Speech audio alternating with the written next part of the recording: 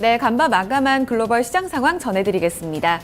뉴욕 증시는 애플 주가의 부진 그리고 9월의 금리 인상 이슈 다시 한번 발목 잡히면서 하락세를 이어갔습니다. 마감가부터 먼저 확인해 보시죠. 다우지수가 0.27% 추가적으로 밀렸습니다. S&P 500 지수와 나스닥 지수 모두 약보합권에서 거래를 마감지었습니다. 3대 지수 가운데 다우지수의 하루 동안의 양상부터 체크해 보겠습니다. 먼저 장 초반에는 그나마 강보합권으로 출발하는 양상이 이어졌습니다. 먼저 어제 글로벌 마감 상황이 나쁘지가 않았기 때문인데요. 중국 증시가 어제는 공매도 규제 강화 등으로 3% 급반등을 이뤄냈습니다. 어느 정도 안정권에 진입했다는 분석 실리면서 장 초반에는 투자 심리가 나쁘지 않은 모습이었습니다.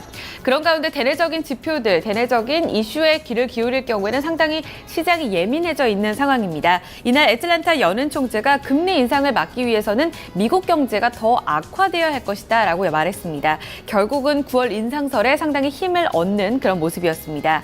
이런 가운데 이날 발표됐었던 지표를 보면 전월보다 1.8% 증가하면서 예상치보다는 하회한 결과였었지만 전월보다 증가하면서 양호한 흐름을 보여줬습니다.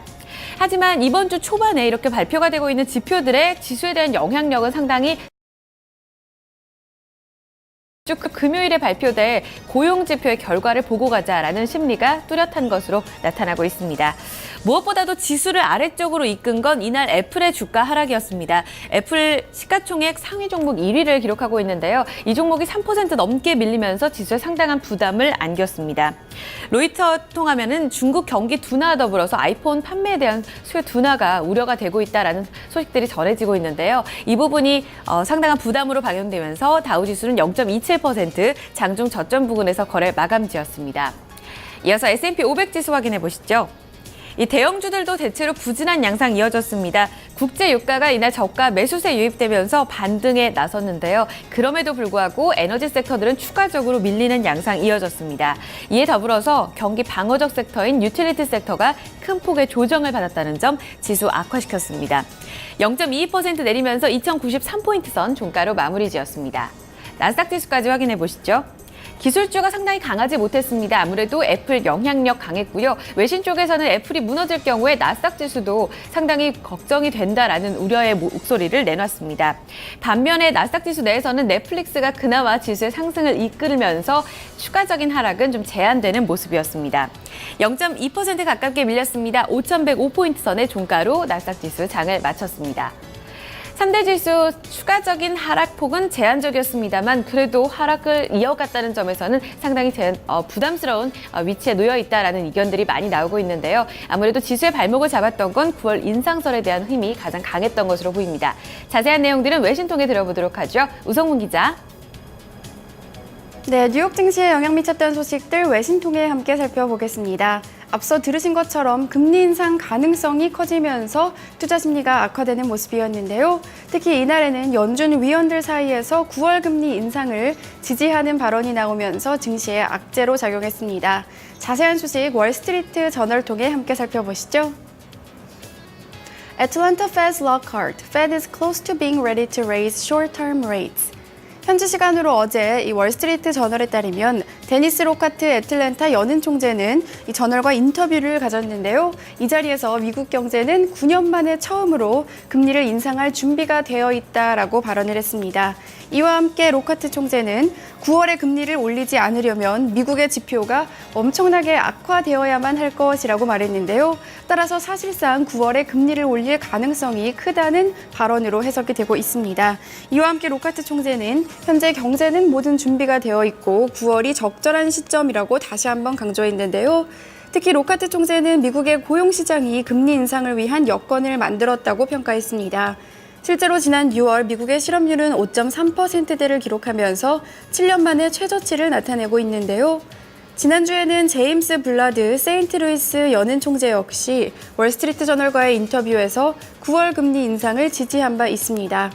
최근 미국 경제 지표가 다소 악화되면서 9월과 12월 사이로 논쟁이 짙어지고 있는 가운데 연준 위원들은 꾸준히 9월 금리 인상에 힌트를 주는 모습인데요. 월스트리트 저널은 특히 로카트 총재가 연준 내에서 중립적인 입장을 가진 것으로 유명한 만큼 이 발언이 중요하다고 평가했습니다. 네, 뉴욕 증시에 영향 미쳤던 소식들 외신 통해 함께 살펴봤습니다. 네, 자 이렇게 증시에 영향을 미쳤던 외신 소식들도 살펴봤고요. 지수별 흐름도 살펴봤습니다. 자 그러면 지수 내 구성 종목들 개별 종목 마감 상황 체크를 해보도록 하겠습니다. 주요 종목들 어떻게 마감이 됐는지 알아보도록 하고요. 또 종목별 외신 소식도 함께 챙겨보도록 하겠습니다. 다시 시황센터로 넘어갑니다. 어이지 앵커 그리고 우성 기자 계속해서 전해주시죠. 네, 다우 지수를 구성하고 있는 30개 구성 종목 가운데서 이날 20개 종목이 하락했습니다. 10개 종목만이 시장 대비 선전하는 양상이었습니다. 앞서 전해드린 대로 애플이 가장 지수에 부담이 되는 모습이었었고요. 이 밖에도 듀폰과 시스코 시스템즈, 엑소모빌, 쉐브론 텍사코 20개 종목 상당히 부진했습니다. 반면 IT 종목 부진했음에도 불구하고 마이크로소프트가 시장 대비 선전하는 양상이었었고요. 소매 판매 섹터인 나이키, 코카콜라 모두 상승권에서 거래 마감지였습니다. 네, 하락률 상위 종목 재차 언급되고 있습니다. 애플 3% 넘게 밀린 양상이었었고요. 지수에 상당한 부담을 안겼습니다. 화학 섹터인 듀퐁이 1% 넘게 밀렸고요. 이 시스코 시스템즈 실적이 상당히 좋지 못했었는데요. 이날 장에서 추가적으로 밀린 양상 이어졌습니다. 에너지 섹터가 국제유가 상승에도 불구하고 추가적으로 하락했습니다. 엑소모빌이 1% 넘게, 쉐브론 텍사코는 약과권에서 거래 마감지였습니다. 마이크로소프트가 다우지수 내에서는 가장 크게 올랐는데요. 1.5%의 상승을 보여주는 모습이었었고요. 소매 판매 섹터 앞서 전해드린 대로 시장 대비 선전했습니다. 나이키, 코카콜라, 월마트 모두 상승했고요. 건축자재 섹터인 홈디포 그리고 실적 장 마감 후에 실적을 발표한 월트 디즈니도 이날 정규장에서는 상승권에서 거래 마감지였습니다. S&P 500 섹터 내 업종별 흐름 체크해보겠습니다. 유틸리티 섹터가 이날 가장 크게 밀렸습니다. 1.6%의 하락이었었고요. 반도체 기술주와 금융주 함께 밀렸습니다. 이와 더불어서 유가가 반등에 나섰지만 에너지 섹터에 대한 수익성 악화 우려감 지속되고 있는데요. 추가적으로 밀렸습니다. 반면에 간밤에 유가와 금값 등 원자재 가격이 다소 안정을 되찾는 모습이었었는데요. 이에 따라 자본재 섹터는 강보합권에서 거래 마감짓는 모습이었었고요. 이와 함께 소매 판매 섹터도 0.4% 올랐습니다. 이날 특징주입니다.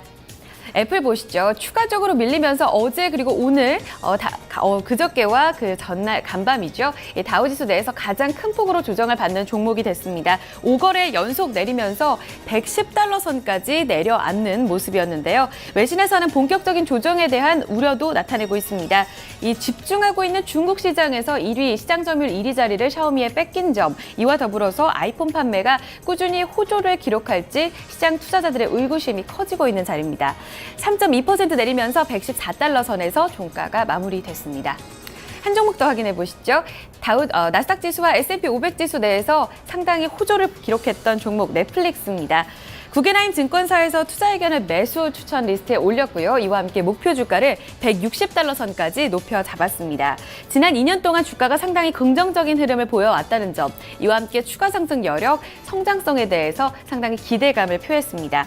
지난 7월 한 달 동안 넷플릭스는 21% 주가 상승률을 보였는데요. 추가적인 기대감 함께 반영되면서 이날 장에서 7% 넘게 급등했습니다. 121달러 선 장중 고점에서 거래 마감지였습니다.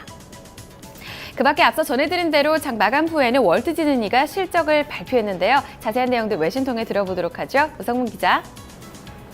네, 종목 주요 소식 외신 통해 함께 살펴보겠습니다. 앞서 들으신 것처럼 애플의 주가가 큰 폭으로 하락하면서 나스닥 전반적인 분위기를 끌어내리는 모습이었는데요. 특히 애플의 주가는 고점 대비해서 현재 15% 가까이 빠진 상태라고 합니다. CNN 머니 통해 함께 자세히 살펴보시죠. Why Apple stock has plunged 50% from its all-time high. 현지 시간으로 어제 CNN 머니에 따르면 이날 애플 주가는 3.21% 하락하며 거래를 마감했습니다. 특히 애플의 주가는 지난 4월 고점으로부터 무려 15%나 빠진 상태인데요. 지난 11거래일 동안 10거래일 연속 하락하는 모습을 보였고요. 특히 200일 이동평균선을 하향 돌파하면서 사실상 조정 국면에 들어갔다고 볼 수 있습니다. 이 이유에 대해선 여러 가지 설들이 나오고 있는데요. 특히 애플의 실적이 좋았지만 아이폰 매출이 일부 전문가들의 예상을 하회한 것이 애플 실적에 꾸준한 실망감으로 작용하고 있다는 평가입니다.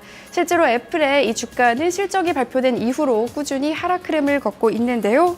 이와 함께 어제는 이 리서치 기관 캐널리스가 지난 2분기 중국 모바일 시장에서 샤오미의 점유율이 15.9%를 기록하면서 1위를 기록했다는 소식이 전해지면서 애플에 악재로 작용했습니다. 하웨이가 2위를 차지했고 애플은 3위로 밀려나는 모습을 보였는데요. 이와 함께 캐널리스는 중국 내 스마트폰 시장 둔화가 지속되고 있다고 전망했습니다.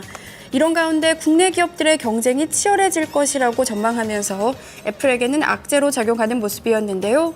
아울러 지난주 애플워치의 수요가 많지 않았던 점도 애플에게는 악재로 작용하는 모습이었습니다. 전문가들은 애플의 주가 하락세가 전반적인 시장의 약세로 이어질 수 있다며 우려감을 내비치고 있습니다. 네, 다음은 실적 공개한 기업 살펴보겠습니다. 월트 디즈니가 장 마감 후에 실적을 공개했는데요. 다소 엇갈린 실적을 공개하면서 이 시간의 거래에서 주가가 하락하는 모습입니다. 자세한 소식 CNBC 통해 함께 살펴보시죠. Walt Disney earnings $1.45 per share. 현지 시간으로 어제 CNBC에 따르면 월트 디즈니의 지난 분기 순이익은 $1 45센트를 기록한 것으로 나타났습니다. 지난해 같은 기간보다 크게 개선된 것인데요. 이뿐 아니라 전문가들 예상이었던 $1 42센트를 상회하는 결과가 나타났습니다. 하지만 매출 같은 경우에는 전문가 예상에 미치지 못했는데요. 131억 달러를 기록하면서 전문가 예상치였던 132억에 미치지 못하는 결과가 나타났습니다. 이 세부 매출 항목을 살펴보면요. 어벤져스가 큰 인기를 끌면서 스튜디오 엔터테인먼트의 매출이 20억 4천만 달러를 기록했습니다. 디즈니 파크와 리조트 매출은 41억 달러로 지난해 같은 기간보다 4% 늘어났는데요. 하지만 이와 같은 순이익 개선에도 불구하고 매출이 기대치에 못 미쳤다는 소식에 시간의 거래에서 월트 디즈니의 주가는 2% 가까이 급락 중입니다. 종목 주요 소식까지 외신 통해 함께 살펴봤습니다. 자, 이렇게 외신 통해서 종목 주요 소식들 살펴봤고요. 또 지수 내 구성 종목 마감 소식도 함께 살펴봤습니다. 자, 그러면 이제 유럽 증시 마감은 어떻게 됐는지 확인을 해보도록 하고요. 또 상품 환율 채권 시장 다시 체크를 좀 해보도록 하겠습니다. 어이젠 커가 전해드립니다. 네, 앞서 마감했던 유럽 증시는 혼조세로 거래를 마감지었습니다. 그리스 아테네 증시 이틀째 하락세를 이어갔는데요. 주요국 증시에 미친 영향력은 계속해서 제한적입니다. 마감 확인해 보시죠. 영국 푸츠백 지수가 0.03% 내리면서 약보합권에서 거래 마감지였고요. 독일 닥스 지수가 0.11% 오른 11,456포인트 선 종가로 거래 마감지였습니다. 프랑스 카크 지수 역시 약보합권에서 거래 마쳤습니다. 이어서 상품 시장입니다. 국제유가가 저가 매수세 유입되면서 6개월 내 최저치에서 소폭의 반등을 주는 양상이 이어졌습니다. 배럴당 1.3% 오르면서 $45 74센트를 기록했습니다. 유가가 소폭 오르게 되면서 금값도 함께 영향을 받았는데요. 이 상승 흐름이 나타났지만 9월 금리 인상설이 제기되면서 상승폭은 제한적이었습니다. 온스당 $1,090 70센트 기록했고요. 옥수수 가격 반등에 나서면서 $3 78센트를 기록했습니다. 필라델피아 반도체 지수는 추가적으로 밀렸습니다. 반도체 몇몇 종목들 상당히 부진한 양상이었고요. 이날 비교적 크게 내렸습니다. 1% 내린 637포인트 선 기록했고요. 공포지수가 소폭 오른 가운데 BDI 발틱 운임 지수는 성수기 영향받으면서 급등 랠리 이어지고 있습니다. 이날에는 1200포인트 선을 회복했습니다. 마지막으로 외환채권 시장 확인해 보시죠. 어제 서울 외환시장에서 원달러 환율은 소폭 내렸습니다. 1165원 50전의 종가로 마무리가 됐고요. 간밤에 달러 흐름을 본다면 9월 금리 인상설에 강하게 영향을 받으면서 달러 강세 재차 이어졌습니다. 97.94 레벨대, 98 레벨대까지 올라서는 양상이었고요. 미국채 10년물 금리는 전거래일보다 소폭 올랐습니다. 2.22%의 수익률을 기록했습니다. 지금까지 글로벌 마감 동향 살펴드렸습니다.